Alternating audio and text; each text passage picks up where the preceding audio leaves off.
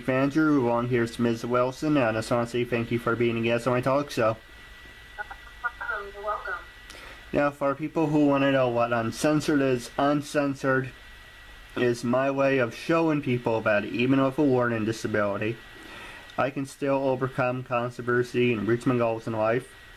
At the same time, I'm able to turn myself into a perfect example for people out there dealing with any type of learning disabilities or disabilities in general, that you should never give up or have people label you. You need to prove to them you can still amount to something. Now this is a half-hour conversation. Say anything you want, talk about anything you want, and let's get started. What can you tell us about yourself? I am an actress. I'm also a musician. I am a mother of 4, and I've been acting professionally for let's say about 4 or 5 years totally. Before that, I was an engineer, so I just moved back into the profession that I loved so much. All right. Now, the other question I was going to ask you while on the subject, how did you get into acting and who influenced you? Who influenced me? I would say that my first theater teacher, her name was Lori Jefferson. She influenced me a lot. She found me in the 3rd grade, actually. And she found me in my class. She came into the class and she asked my teacher if she could sit down and, observe the class. And she observed us. And after the class was over, she asked my teacher to speak to a couple of the kids. It was 3 of us that she picked. And from there, she added us to a program called Talented in the Arts. And I started there with Miss Lori Jefferson. All right, now is she famous or? Well, Miss Jefferson was a theater teacher. She also did a lot of commercials in the area. I am from New Orleans, Louisiana. Just wanted to let you know. So she did a lot of commercials. I hadn't seen her on the commercials until after I met her. When I met her, I was like, oh wow, that's my teacher. That's the person. So she did a lot of theater there. Also, she taught me the techniques for theater. She taught me the techniques for camera. We were allowed to learn those things while in school and outside of school.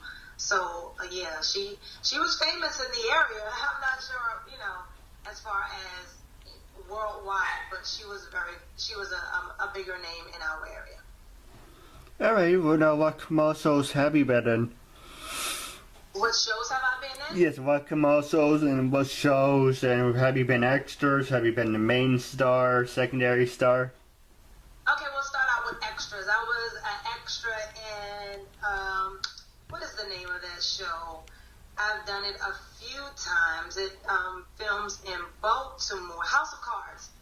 And the crazy part about House of Cards is that I've never seen an episode. Not one. But I have been an extra in several of those episodes of that show. I have a web series entitled Sister Wives, which is on Haitians right now. We're taking a sabbatical. That is a show that comes on the web, and we have 2 years underneath our belt with 3 years of showing of that one, and that follows a polygamous family of the African Americans. It's like a spinoff of Sister Wives that comes on TV, on TLC. So we flipped it and made it an African American cast and made it comedic. So it's like my on the just my to the world. I'm a comedian. That is my web series that I follow. I am on a short film called The Bedroom. The Bedroom showed at the San Diego Black Film Festival, the Pan-African Film Festival, the Martha's Vineyard Film Festival, the Women Doing It By Themselves, LA Film Festival, and we also took that to the Cannes Film Festival over in France. So I was able to enjoy the atmosphere there and learn a lot about the industry with my film being shown there. I am in, let's see, I've done numerous stage plays all over, from the Washington, D.C. area to the New Orleans area, and I'm steadily working. I just recently got an ad for McDonald's. So my daughter is also an actress, my daughter and I just won a contest, and we have received a national ad through McDonald's. Yeah, like I said, you can ask me anything you want in normal conversation. Also, I'm going to ask you a lot of... Excuse me, I almost lost my voice again. I'm going to ask you a lot of hard-hitting questions. Okay. And the first one I'm going to ask you, well, when you mentioned McDonald's, do you think... Well, how did that come about, you know, like, what agencies did he have to go through for that? Well, actually, it wasn't an agency, it was a contest. It's called the McDonald's 365 I'm Loving It contest. And what happened was I was cast by the director and producer, director Richard Fields and producer Sonia Dunn. And they called me and asked if I would be available to film a commercial or a short film. The objective of the contest was to make a short film that was 90 seconds. So you had to tell a whole story in 90 seconds. And after I accepted and I was able, the casting director, who was also the producer, Sonia Dunn, was like, your daughter would be a perfect fit. So they added my daughter to it, and that's how it came about. So we went through, the process of submitting it to the ABFF, the American Black Film Festival that just happened in New York this past weekend, and they told us that we were in the top 3 in the running. We had a showing on Saturday, this past Saturday, in order to view the finalists, which was our film and 2 other gentlemen. And on Sunday there was the awards show, and lo and behold, we won. And it was exciting. It was really, really exciting. And the funny part was, my family, I have 4 kids. We hadn't eaten that much McDonald's in one weekend as much as we had eaten that weekend. So we had McDonald's bags and all the drink all over the hotel room, and we won. Yeah. All right, Don, the other question is, you mentioned African American Awards, or Film Festival, excuse me. And do you think that's kind of like, trying to find out, discrimination, or do you think it's like everyone deserves their own award categories? Well, what happened is the American Black Film Festival is something that has been going on for over 19 years. It is a way for black directors and artists to get well known, because in the mainstream it's really hard for a lot of African Americans like myself to get the major roles, to get a lot of things, because we're not really seen. If you look at shows that come on CBS and NBC and all those things, we're not the majority, nor does it seem like we're the minority. It's very washed right now. So the ABFF is a chance for people of color, whether you're black or Latino or brown skin, for us to give each other accolades for the work that we've done, and kudos and love generally, that so that we can work together, so that a lot of us can be in one area specifically, and we can network. So it's really a great networking weekend. It started on Thursday and it ended on Sunday. So you get the opportunity to meet a lot of the celebrities that you see on TV and film and all that. So it's a great weekend. I love it. It was my first time being there, actually. That's sorry, I didn't mean to call. It was like I said, don't have any water on me, so I'm just like trying to fight it off. No, but it sounds very interesting. And now, stupid question. I'm not African American, but do you think what my talk show and what I'm doing? Do you think they would be interested, or? Yeah, I mean, they accept submissions from all over, and the crazy part is that it's not just. I mean, it is socially for the African Americans or Latinos, but there are a lot of people of mixed races that were there. It was actually a guy that won an award, and his mom is Jamaican and his father is from England, and you would never know that he was of a mixed race, actually, because he took more of his father's side. So just walking around, I had no clue that he was, a black man. You know what I mean? It was interesting to see how our cultures and the mixtures just come about. So you never know. You submit. I think the submissions happen at the end of the year. I'm not really quite sure. I'm sure it starts the year before for the next year. All right. Now, the next question I was going to ask you was, if you could work with any famous actor, past or present, who would you work with? That's a hard question. That is a hard question. Oh my goodness. Oh my word. Let's see.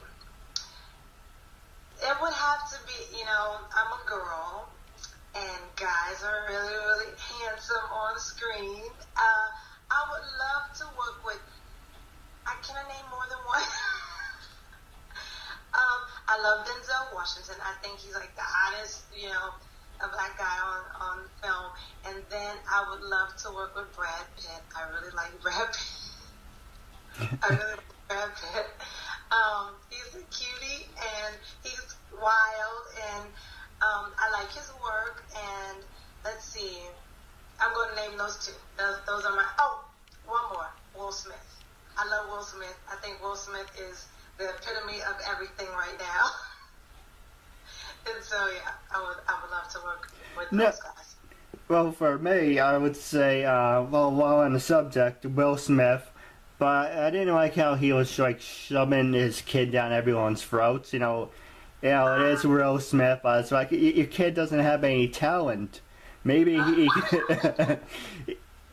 because he doesn't have any facial expressions. He just goes, man, it's like can you show some emotion or something. It's hopefully he can turn into a good actor, but for right now he's kind of like, huh? And like the city's blowing up.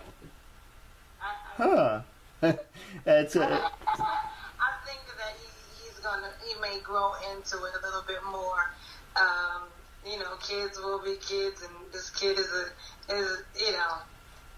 he's changing right now. He's a teenager, and you never know what's going on with them. I think that his daughter is a really good model. She's really tall, and she's very slender, so I think she is the perfect model. Very opposite of her mom, who's very short. So she took on her father's step. Yeah. Now, but for famous actors, if I can name two, Robert Downey Jr. Okay. Oh, yes. And there's a lot of them, but I would say, let's see, what was his name? William Dafoe. Okay. You have some good. Okay, those are some great picks. For you, since I get to ask you questions too, what type of movie would you like? If you could have that opportunity, what type of film would it be? Would it be action? Would it be drama? Would it be, some type of mystery? What type of film would it be? Well, actually, I was going to ask you the same thing, and above all on the subject, I didn't just mention them because, wink, wink, they're white actors. I would work with Will Smith. I love Michael Clark Duncan. He's a fantastic actor. Yes, rest in peace to him. And but to answer your question, if I could answer, if I want to work on, accent and everything, I would say a little bit of everything. Okay. What about yourself? I think that through my training, and I don't want to be boastful, but through my training, I believe that I could work in any genre of film. I did The Bedroom is a romantic drama. Sister Wives is a comedy. I've been trained, and I feel like I have a wide range of emotion. I have a wide range of technical ability on screen. So it would be any genre. Even I am prior military. I was in the Army. So even if it was action-packed, I got a little bit of guns, a little bit, and I also have a little bit of karate I won't say expertise, but I did take classes and my father trained me. So I may look like a girly girl, all made up and stuff, but I can be a tough one. I can be a tough one too. Well, you bring up a good subject. I didn't know that you served in the Army. Yes. What can you tell us about that? I started in the Army when I was 17 years old. I went over to basic training and maybe a week after graduating high school, and I was a 74 Bravo, which is a network engineer, operator, analyst. So I'm a computer geek. That's all it says that's all that big title says is that I'm a computer geek, and I love computers and working with networks and building networks. I loved carrying my weapon and marching and being in the mud. I like that type of stuff. It was fun. That was the most exciting part about being in the military, because once you receive your job and you start working in your job, it's just like going to an everyday job. It really is. It's just like going to an everyday job. So I went to my office and I worked on computers, and I had customers, whether they were government, civilian or military. And I was there for actually working directly for about 4 years. And I got out on medical because of my asthma. So, yeah. And that's where I met my husband. So, the military gave me a great husband and a great life. Well, do you think going to the next subject, how do you feel about going back to the military? And how do you feel about your kids being in the military? Me going back to the military? No, I would never return to the military, because as much as I liked computers, as much as I wanted to serve my country, it just wasn't me. I'm so charismatic, I'm wild, I'm lively, and I like to change. I like a lot of change. Like, you see my hair like this one day, and tomorrow it might be purple, and then the next day it might be pink. So I'm just a free-spirited person, and the Army was too, you have to be a certain way, because technically the government owns you, and they say you have to have your hair a certain way, you have to, wear your uniform, you have to, it's like being a clone, and I'm not a clone. I love, I just love me. So, I wouldn't want to return. As far as my children serving, I don't know if my children are military. I don't think they would go. Why? Because I have some really, really creative children also, and they would not fall in line with, you have to be this and that. My oldest daughter wants to be a teacher. She would like to do that, and she loves reading. That's her big thing, and she doesn't like anything physical, so I'm sure she wouldn't go to the military. My son is very athletic, but he doesn't like guns and weapons and all those things. He doesn't play. They never saw me in the military uniform, actually. And my 6-year-old, she's an actress, and he has no clue what the military is, although we live around a lot of military people. All right. Now the next question is, when you served in the military, did he ever use a gun, or were you just based on computers? I did not have to carry my weapon. That's what we call them, my guns. I did not have to carry a weapon except for doing training or when we had some type of training. So I did not make it into going to. Sorry, my phone is vibrating. I did not make it to. I did not make it to combat or anything. Actually, I got out right before having to go to combat. Not a problem. How many years have you been? I don't know if I asked you this already, but if I repeat myself, I apologize. How many years did you serve in the Army? 4 years active and 2 years inactive. What year did you start, and what year did you end? I started in 1999 and 2003. Yeah, I think 2003. But my inactive, let's see, 99, 2001, 2005 was my total rank. Yeah. Now, like I said, you can ask me a lot of hard-hitting questions, and about the next one I was going to ask you is, do you remember where you were on September 11th? I do. I was actually at my mother's house on leave, and my mother and father were preparing to go to Germany to visit my sister, with whom her husband was stationed in the military in Germany, and I was in my mother's room. I remember distinctly sitting on the bed, and my brother was getting their luggage and putting it in the car, and we were saying our goodbyes, but they always have the news on. My parents always have the news on, and everything just happened in front of our faces right then and there. And I remember having to call my sister and let her know what was going on, because over in Germany they had no clue right at first, because we were watching when it first came out, where the plane had already hit one building, right? A tragic accident, blah blah blah.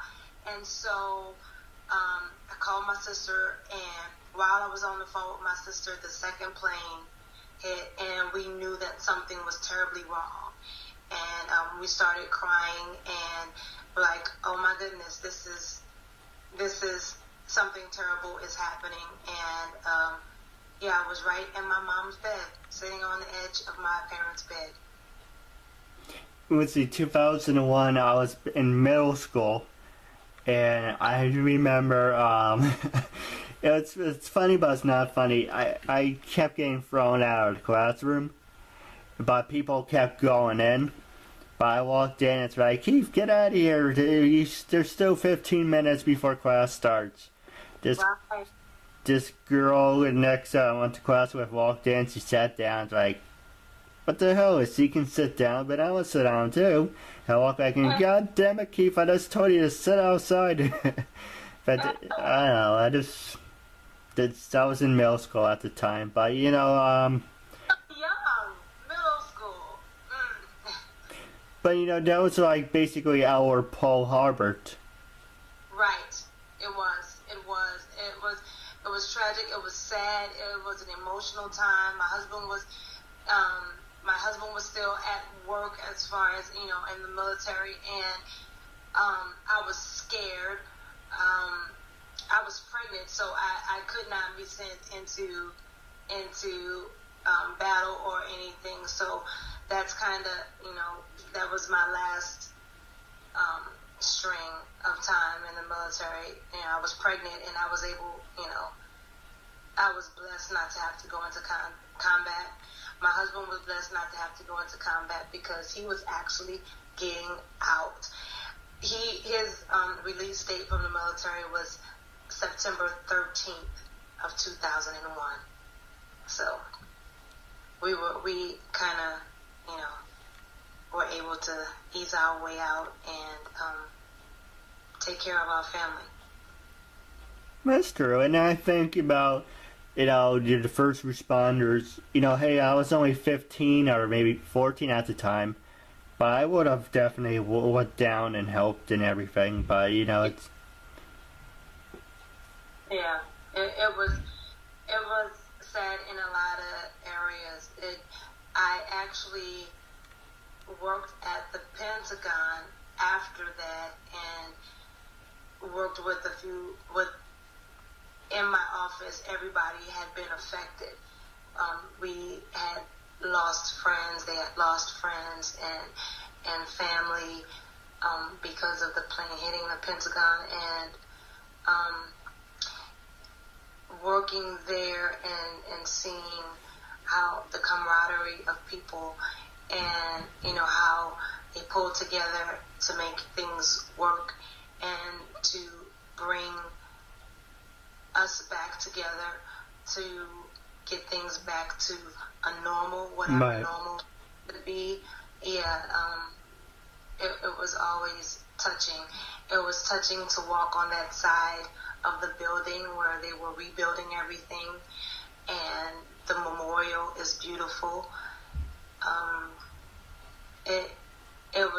It was chilling also to go into that side of the building. There was a sense of a weird calm, that a sorrowful calm on that side of the building. And as we watched the workers build so lovingly in a way, but so solemnly at the same time, and so, and full of pride at the same time, that we were rebuilding back what the enemy had tried to take away from us. Well, it's amazing how it takes like a tragedy for people to come together. Yes, that's the sad part about being human.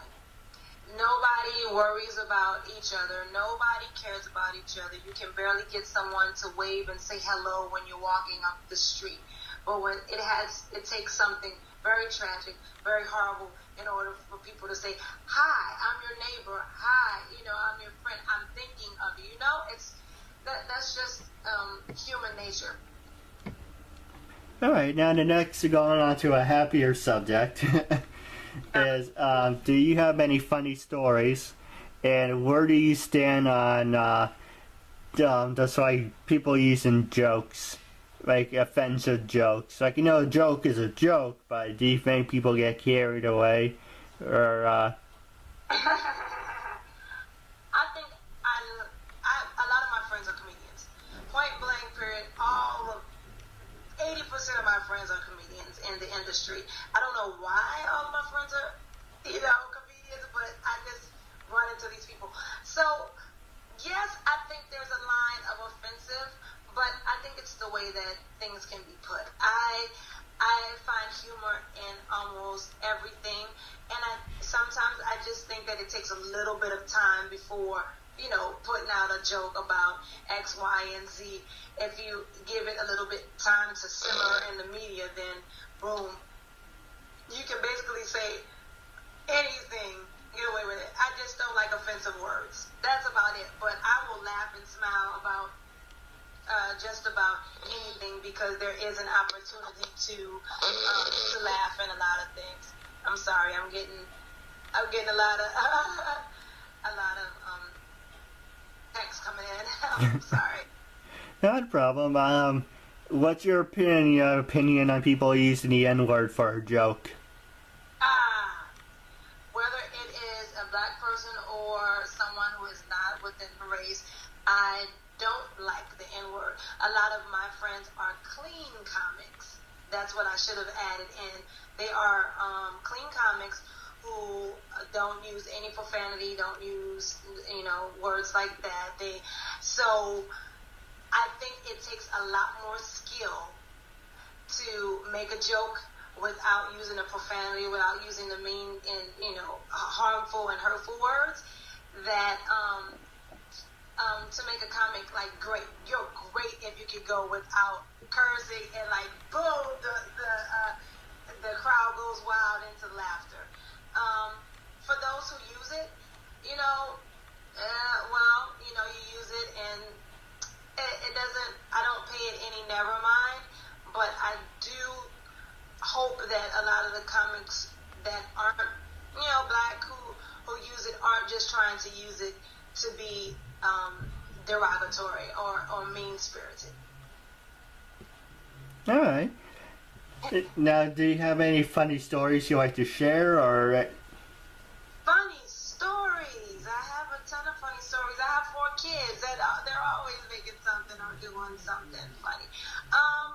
Let's see. That's a good question, but I don't know which one to pin it up to. Well, okay. I'll say this.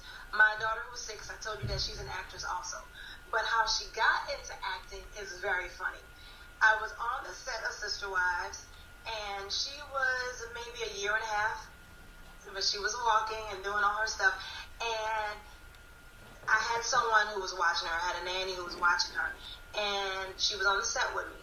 And so I'm in the middle of talking, and the funny part about Sister Wives is that I was like the mother who took care of everybody's kids, even the other wives' kids, all that stuff.